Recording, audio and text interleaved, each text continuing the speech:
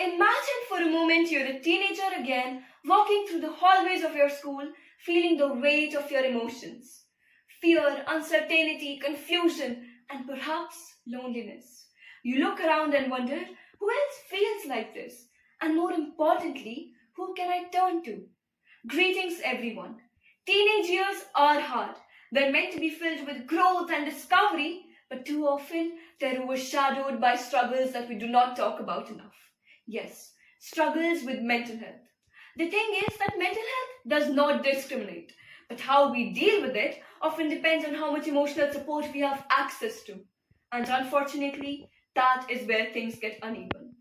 Too often, teens are left to navigate their emotions without the tools or the safe spaces they need to do so.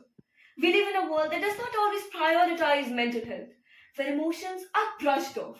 Mental health struggles are stigmatized, and asking for help can feel like an act of bravery. But this is where emotional equity comes in. Yes, emotional equity. It means that ensuring every teen, regardless of their background, culture, or circumstances, has equal access to emotional support, validation, and understanding. It's about creating a world where no one has to carry the heavy burden of their feelings alone. I mean, think about it. How many of us have been told at some point in their lives, don't cry or toughen up, as if suppressing emotions would somehow make them disappear? We teach teens to bottle up their feelings, to hide their struggles, because we don't always know how to help them navigate the storm inside. But emotional equity means something different. It's about creating an environment where emotions are recognized as valid. It's about ensuring that a teen does not have to hide their anxiety or their sadness out of the fear of being misunderstood or dismissed. It is about supporting them not just when they're smiling, but especially when they're not. I want to share a story, one that was told by someone. There are times when we feel we do not know where to go, where to turn, when we think that we have to face it all alone. And then we find someone, just one person who listens without judgment, who does not rush to resolve, but simply understands. And that becomes the turning point. That is the power of emotional equity. Sometimes all we need is someone to listen, to show up, and to acknowledge our pain. But no teen should have to wait for that one person to come into their life. Every teen deserves a community where emotional support is not the exception, but the norm. A community that says, we see you, we understand you, and we are here for you. It starts with small changes.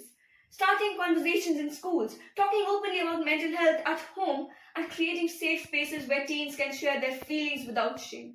It's about ensuring that every school has counselors, that every teen has access to mental health education, and that no one is left behind because of their background, their gender, or their struggles.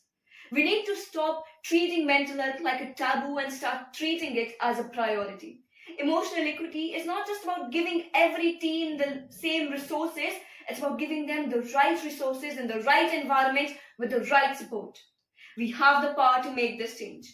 Every conversation we start, every person we listen to, every barrier we break down, it all matters. Because when teens are emotionally supported, they're empowered. When they feel seen and heard, they grow stronger, more resilient, and more capable of facing the world. So I ask you today to think about the teens in your life. Your friends, your siblings, the ones you mentor, the ones you teach. What can you do to support them? How can you help them become and create an environment where they feel heard?